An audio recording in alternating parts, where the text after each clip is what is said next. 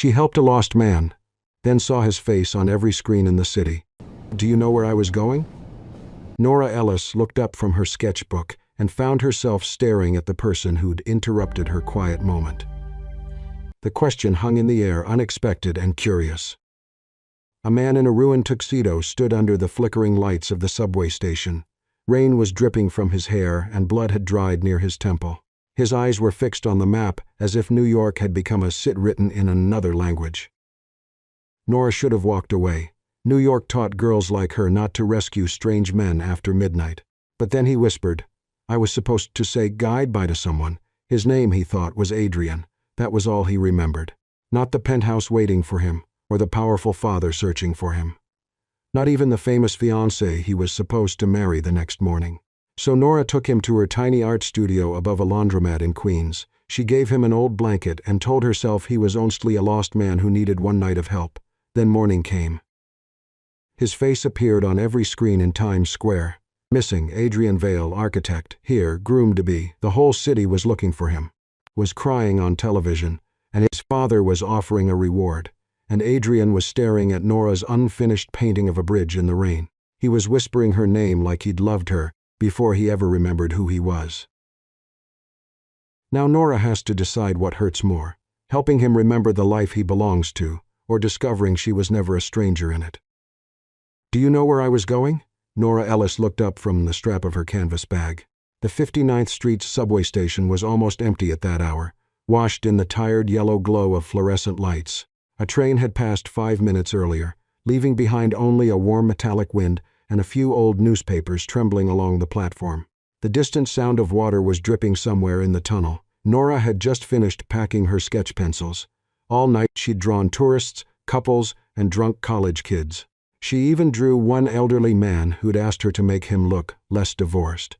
Her back hurt and her fingers were stained with charcoal.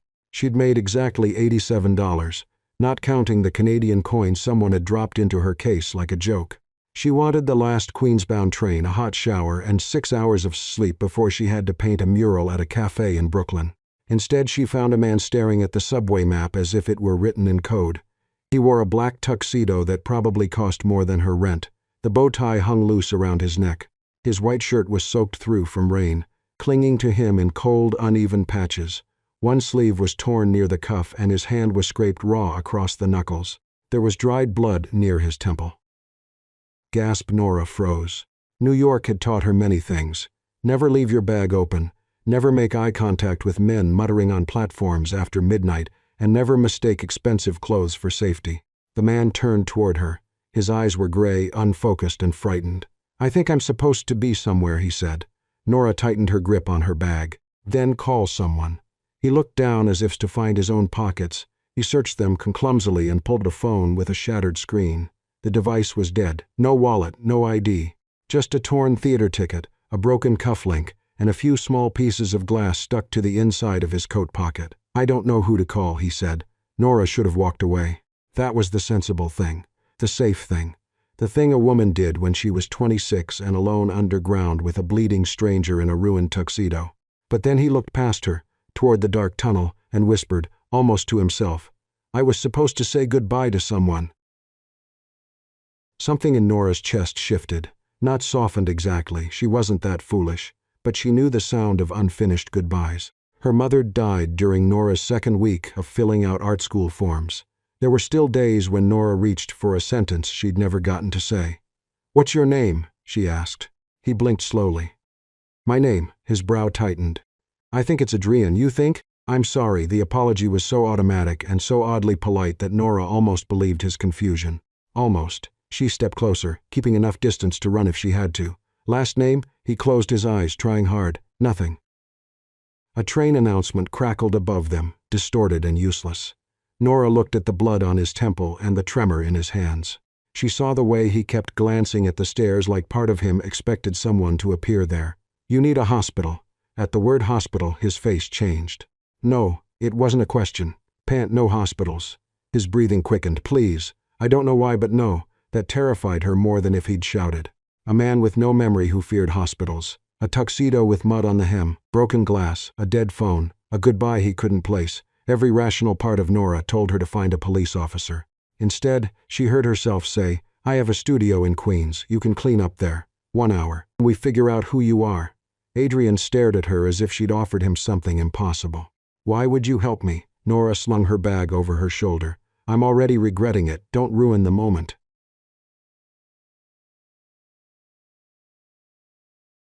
Who? Her studio was above a laundromat that never fully stopped smelling like detergent and burned quarters. The stairs were narrow. The radiator hissed like an angry cat, and half the ceiling leaked when it rained too hard. Miles was still awake when she unlocked the door. Her younger brother sat on the floor with sheet music spread around him, a violin case open beside his knee. At 21, Miles had the suspicious eyes of someone who'd watched his sister give away too much of herself too many times. He took one look at Adrian and stood. "No." Nora shut the door behind them. "Hi to you too." "Nora, absolutely not. He's hurt." "A stranger. I noticed. A bleeding stranger in a tuxedo." "That's not a person. That's the first 10 minutes of a murder documentary." Adrian, pale and dripping rainwater onto the floor, said quietly, "That seems fair." Miles pointed at him. "Sighs, I don't like that he agrees with me."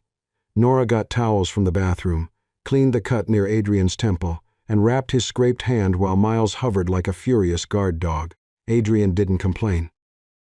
He flinched only once when thunder rolled over Queens and the windows shook. Later, Nora gave him the old sofa and a blanket with paint stains on one edge. Before lying down, Adrian stopped in front of the large unfinished canvas propped against the brick wall. It was a bridge in the rain, not a famous bridge, not one tourists photographed. Just a narrow pedestrian bridge from Nora's memory, painted in deep blues and silver-gray light, with one blurred figure standing beneath an old street lamp. Adrian reached toward it, then stopped before touching the wet paint. "Breathe, I've seen this place," he whispered. Nora's hand tightened around the blanket. "No, you haven't." He looked at her, confused. "I have. You can't have. I've never shown that painting to anyone." Adrian stared at the bridge until his eyes grew heavy. Exhaustion finally pulled him down onto the sofa. Nora didn't sleep. She sat at her work table watching him breathe, telling herself she was making sure he didn't die on her couch. That was all. Then, sometime after 3, Adrian jerked awake with a strangled gasp. No, wait." He sat up, one hand clutching his chest, eyes wide with terror. Nora rushed over. "Adrian, he wasn't looking at the room. He was somewhere else. Rain," he said. "The bridge." A woman was said. "I told her I couldn't." His breath broke. Pant, headlights, glass. "I heard the car coming." Miles appeared in the bedroom doorway, pale now. Adrian pressed both hands to his head. Then he said a name. Not clearly, but unmistakably, "Inhale, Nora." The room went still. Nora stared at him. Her heart began to pound for reasons she couldn't name. Because she'd found him less than 3 hours ago. Because he hadn't known her name until she told him. Because the bridge in her painting belonged to a memory she'd never shared. And because the way he said her name didn't sound like he was meeting her. It sounded like he was remembering losing her. By morning, Nora had convinced herself there was a responsible way to end this. She'd take Adrian to the police. She'd explain exactly what happened. The subway station, the blood near his temple, the broken phone, the missing wallet, the nightmare, the impossible way he'd said her name. Then she'd walk away. That was the part she repeated while making coffee in her tiny kitchen, while Miles watched Adrian from across the room, like he expected the man to suddenly confess to being a jewel thief. Adrian sat at the edge of the sofa, wrapped in one of Nora's old gray hoodies. The tuxedo shirt had dried stiff on a chair. Without it, without the expensive jacket and ruined bow tie, he looked less like a mystery and more like a man who'd been dropped into the wrong life. His memory hadn't returned. He knew his first name might be Adrian. He knew the sound of violin made his chest hurt. He knew the smell of oil paint calmed him. He knew the bridge in Nora's unfinished canvas made him feel as if he'd lost something there. That was all. Miles didn't trust any of it. Nora didn't either. But when Adrian tried to thank her for the coffee and forgot the word for mug, her suspicion weakened against her will. At 10, they left for Manhattan. Rain still clung to the city, turning the sidewalks slick and reflective. Nora kept her hands in her coat pockets, walking a step ahead as if distance could keep the night before from becoming personal. Adrian followed quietly, scanning every street sign, every passing cab, every stranger's face with painful concentration.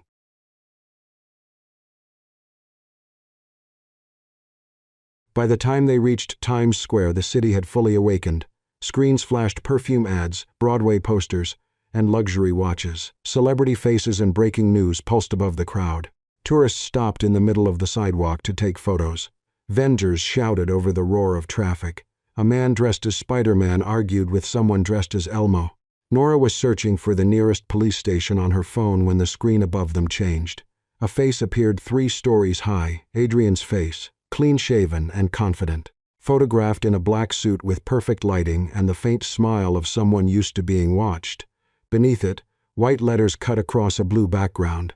Missing, Adrian Vale, architect, here, groom to be. Nora stopped so suddenly Adrian almost walked into her. Around them people began pointing, gasping. The image shifted to news footage.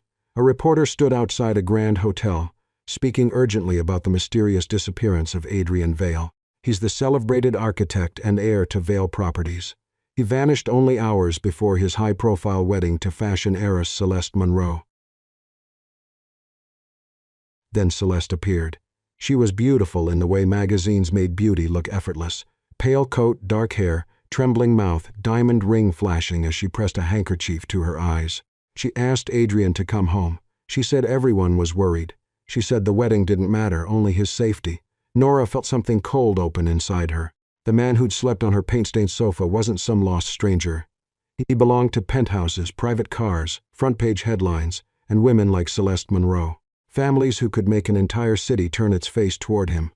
Nora saw her own reflection in a dark shop window. Messy curls, worn boots, charcoal still smudged near her wrist.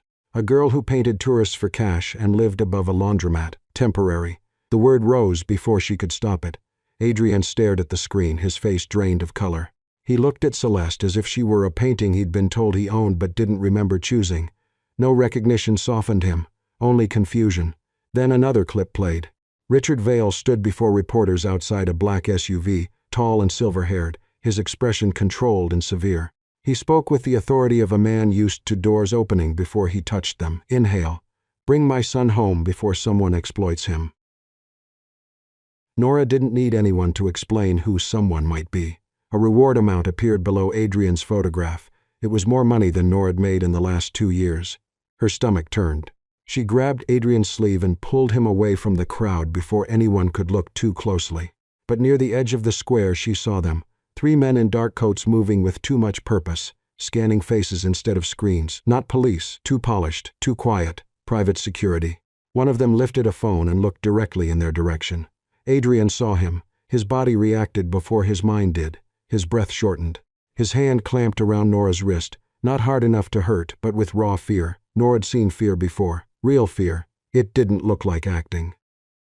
They ducked into the entrance of a subway station and moved with the morning crowd down the stairs. Nora bought him a cheap prepaid phone from a kiosk 2 blocks away, mostly because she needed him to stop using hers, partly because she needed proof she still had control over something.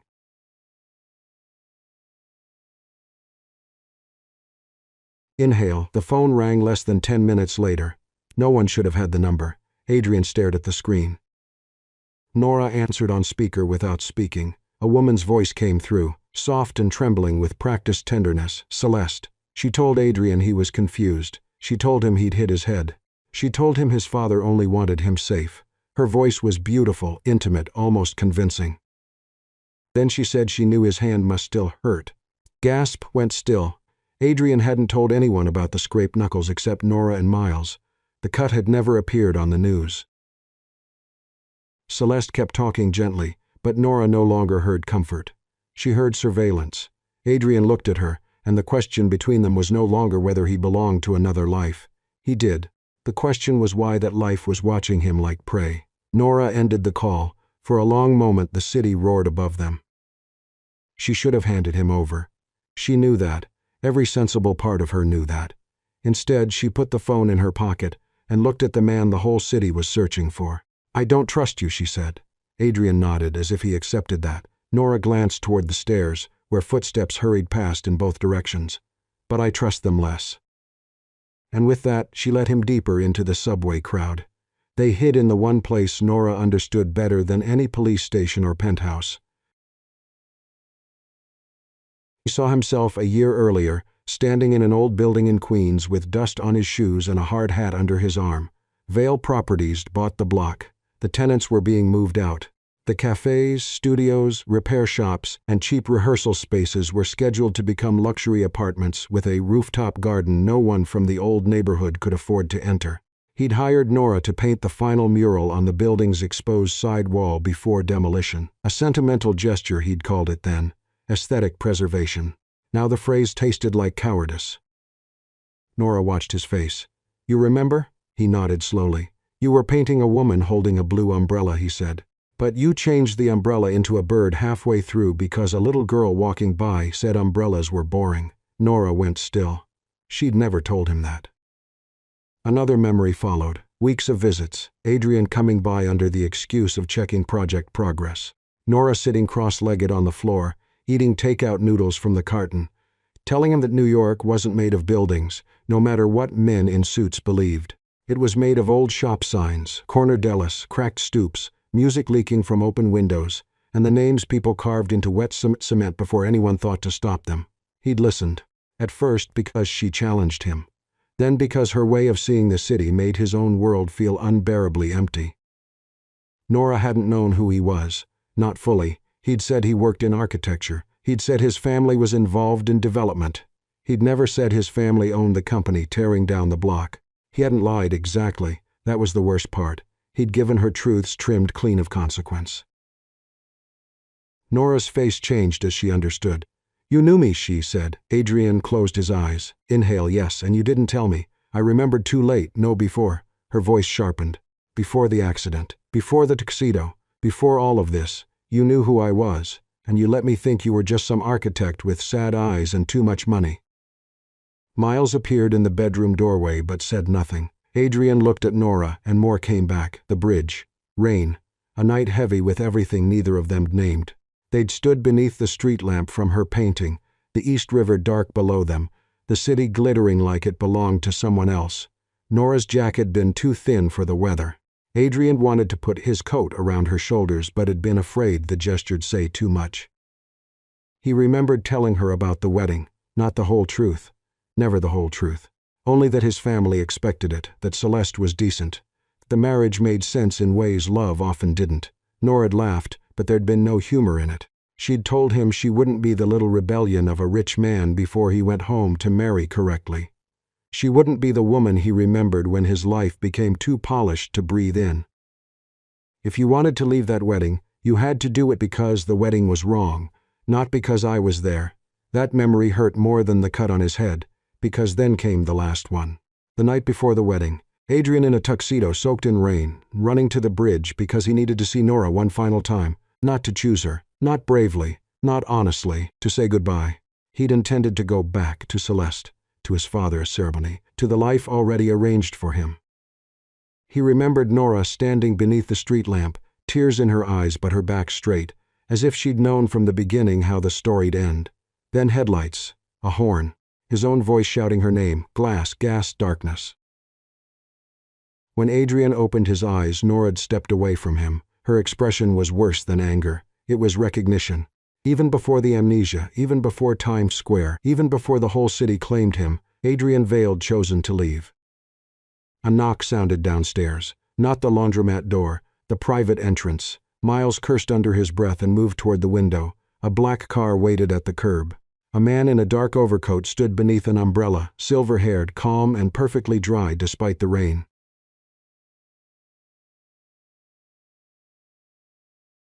Richard Vale didn't need to raise his voice when Nora opened the door. Men like him brought silence with them. He looked past her to Adrian, then around the studio with a faint sadness that felt more insulting than disgust. "I'm glad my son is alive," he said, "but this has gone far enough." Nora didn't move aside. Richard's gaze settled on her canvas, then the paint-splattered floor, then the cracked ceiling. "You should know what he signed," he said. Adrian's face tightened. Richard removed a folded document from his coat and placed it on Nora's work table as if presenting a bill. Vale Properties, redevelopment authorization, tenant relocation schedule, demolition approval. At the bottom was Adrian's signature. Nora read it once, then again. The studio seemed to tilt. Richard's voice remained soft. "My son didn't merely belong to the world that's taking yours apart, Miss Ellis. He helped to prove it." Adrian remembered enough to know it was true. Not all the details, not every meeting, but enough. The conference room, the pressured timeline, his father's insistence, his own tired signature because fighting would delay everything, and delay, in his world, cost money. Nora looked at him. He could have said he was sorry, sighed he was. But sorry was too small for a wrecking ball. She folded the document with shaking hands and gave it back to Richard without looking at him. Then she turned to Adrian. "Get out." Miles whispered her name, but Nora didn't soften. Adrian stood as if the words had physically struck him. "Nora."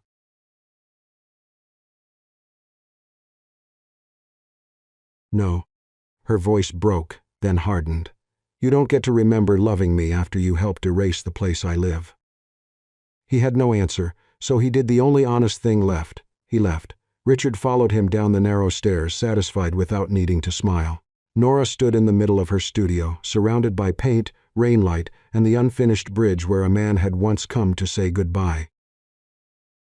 Only now she understood. He'd been saying goodbye long before he lost his memory. Adrian returned to his family because leaving with Richard was the only way to make the storm move away from Nora. By evening, every news channel had changed its headline: Adrian Vale found alive after accident. Vale wedding postponed, not cancelled. Family requests privacy as he recovers. Privacy, Adrian learned quickly, meant a penthouse full of assistants, doctors, lawyers, stylists, and publicists who spoke around him as if his body had been recovered, but his will was still missing. Richard Vale stood near the windows, with Manhattan glittering below him. "You embarrass this family," he said. Adrian sat on the edge of a leather chair, the cut at his temple hidden beneath careful bandaging. "I was injured. You were seen with that girl." Her name sat between them, unspoken. Nora. Richard didn't shout. He never needed to. His disappointment had always been more efficient than anger.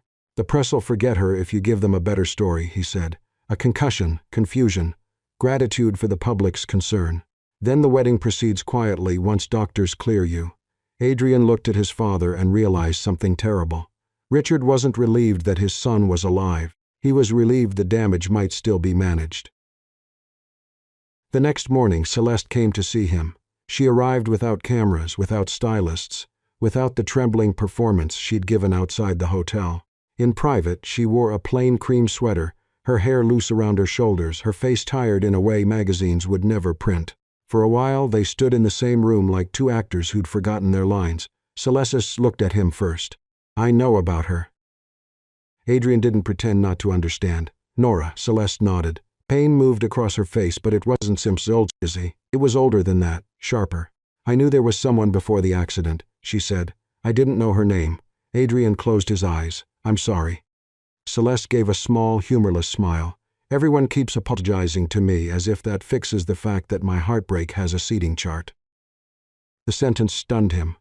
For the first time, Adrian Chen saw her clearly, not as the perfect woman from the screen, but as another person trapped inside the same expensive machine.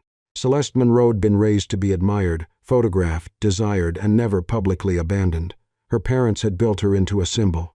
His father had turned their engagement into a merger wrapped in white roses. The press had turned it into a fairy tale. None of them had asked whether love could breathe under all that glass. "I did care about you," Celeste said quietly. "I know," inhale, "but I also cared about winning, about being chosen, about not becoming the woman people whisper about at charity dinners." Adrian looked down at his hands. The bruises across his knuckles had turned purple. "I was going to marry you because it made sense." "That might be the cruelest thing anyone's ever said to me," she said. He looked up, ashamed. She didn't cry. Somehow, that made the room feel even more fragile. Across the city, Nora packed a suitcase she didn't want to pack. Miles watched from her studio doorway, violin under one arm. "So that's it?" he asked. Nora folded a sweater too sharply. "I need to get out of New York for a while. Because of reporters? Because of everything." Miles leaned against the doorframe. "Breathe, no. Because you'd rather leave first than find out if someone else will." Nora stopped. He softened, but didn't take it back. "You did it with art school," he said. "With people who offered help. With anyone who looked like they might matter. You call it being realistic, but sometimes it just looks like running with better vocabulary." Nora's eyes burned. "That man signed away our building." "I know. He chose them. I know. And you're defending him?" Miles shook his head.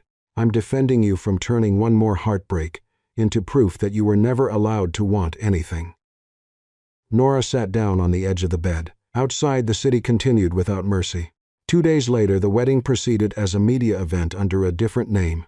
A private family ceremony with security at every entrance and photographers crowded behind barricades.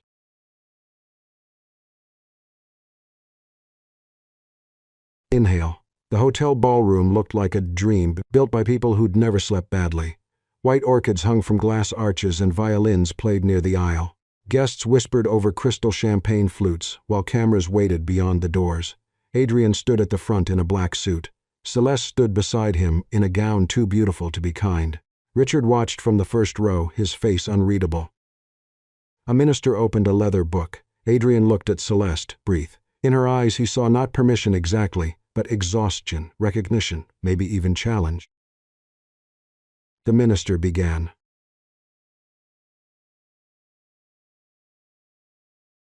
Inhale. Adrian didn't let him finish.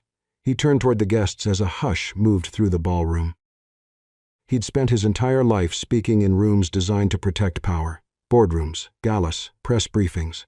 Carefully lit stages where truth was shaped before it was released. This time his voice shook, but he didn't stop. He said the wedding was never only a wedding. It was an arrangement between families, companies, reputations, and old money. He said Celeste deserved more than to be used as proof that two empires could smile for cameras. He said he'd been too weak, too obedient, and too afraid to admit that before someone got hurt. Celeste closed her eyes. Richard stood. Adrian continued. Vale Properties had hidden the timeline of the Queen's redevelopment. They'd let artists and small tenants believe they had more time while using the wedding coverage to soften public outrage. Adrian had signed the approval. He'd told himself delay would only make things worse, that progress always had casualties, and that his father understood the city better than he did. He said he was wrong. He apologized to Celeste in front of the people who'd come to witness her perfection. Then he apologized to Nora, though she wasn't there, or so he thought. Near the back of the ballroom, half hidden behind a column and a borrowed black coat, Nora stood frozen. Miles had dragged her there with the stubbornness of a younger brother who knew exactly when to stop asking permission. Adrian didn't see her. He only faced the room and said he was stepping down from Vale Properties Board, effective immediately. The silence that followed was almost violent. Then Celeste moved. Slowly she removed her ring. Gasps rippled through the guests. She placed it on the small table beside the altar and looked at Adrian, not lovingly, not forgivingly, but with something like respect. For once, she said, her words clear enough for the front rows to hear, "Thank you for embarrassing me with the truth instead of flattering me with a lie." The ballroom exploded. Reporters surged at the doors. Guests stood. Richard's face went pale with fury. Phones lifted everywhere, recording the collapse of a fairy tale sold to an entire city. Nora stepped back before Adrian could see her. Her heart was pounding, not because everything was fixed. It wasn't. He'd still signed the papers. He'd still hurt her. He'd still chosen wrong before choosing right. But for the first time, Adrian Vale had broken something powerful without knowing whether anyone would love him afterward.